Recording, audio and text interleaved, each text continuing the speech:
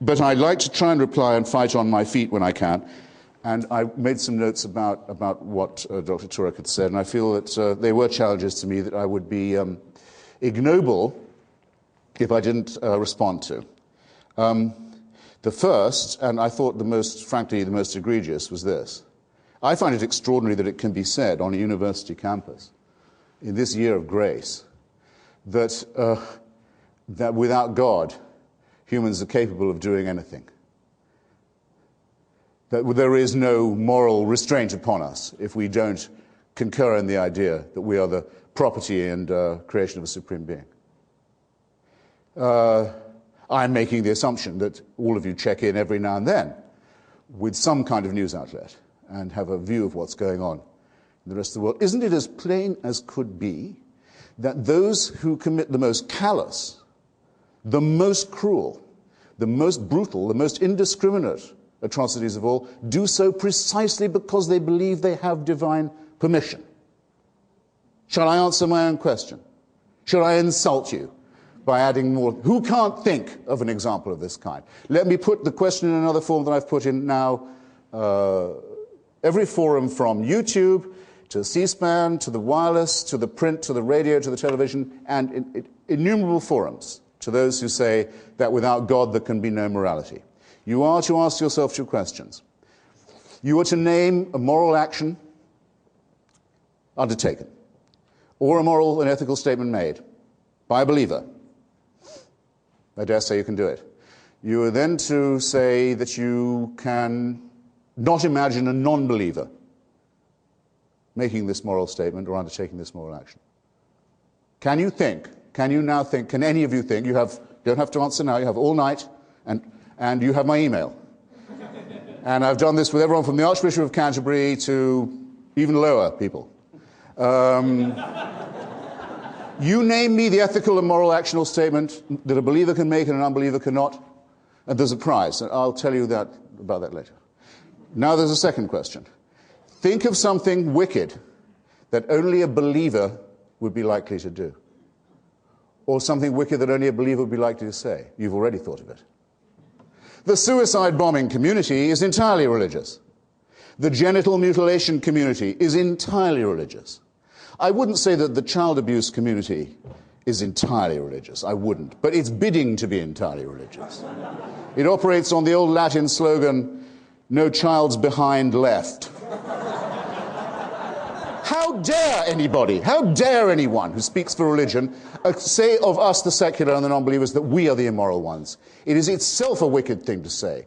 Itself an absolutely indefensible thing to say. No, the decapitation on the bus is going to be done by someone who thinks God is telling him to do it. Smerdyakov is actually the stupidest character in Dostoevsky's novel. He's the one who makes this proposition. Everyone has to understand that it is those who feel that the divine is prompting them, who feel they're permitted anything and everything. And it is those who are the leading, most salient, most violent, most vicious opponents of the values and civilization that Thomas Jefferson stood for and promulgated.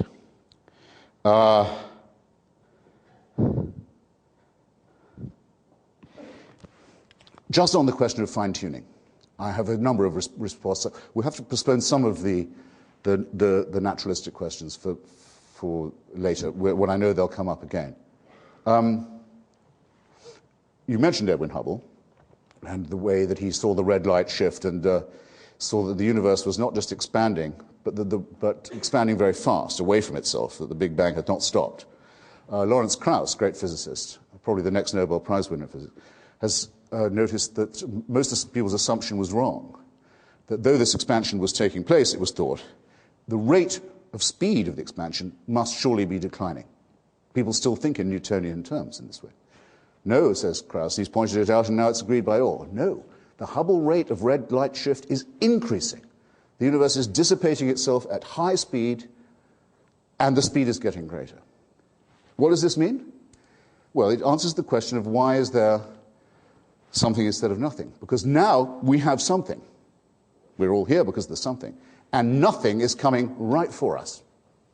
Very soon, a physicist wouldn't be able to tell the Big Bang had ever taken place. So far sprung apart will the whole system be? And meanwhile, look in the sky at night, and you can see the Andromeda Galaxy headed straight for ours on a direct collision course. Who designed that?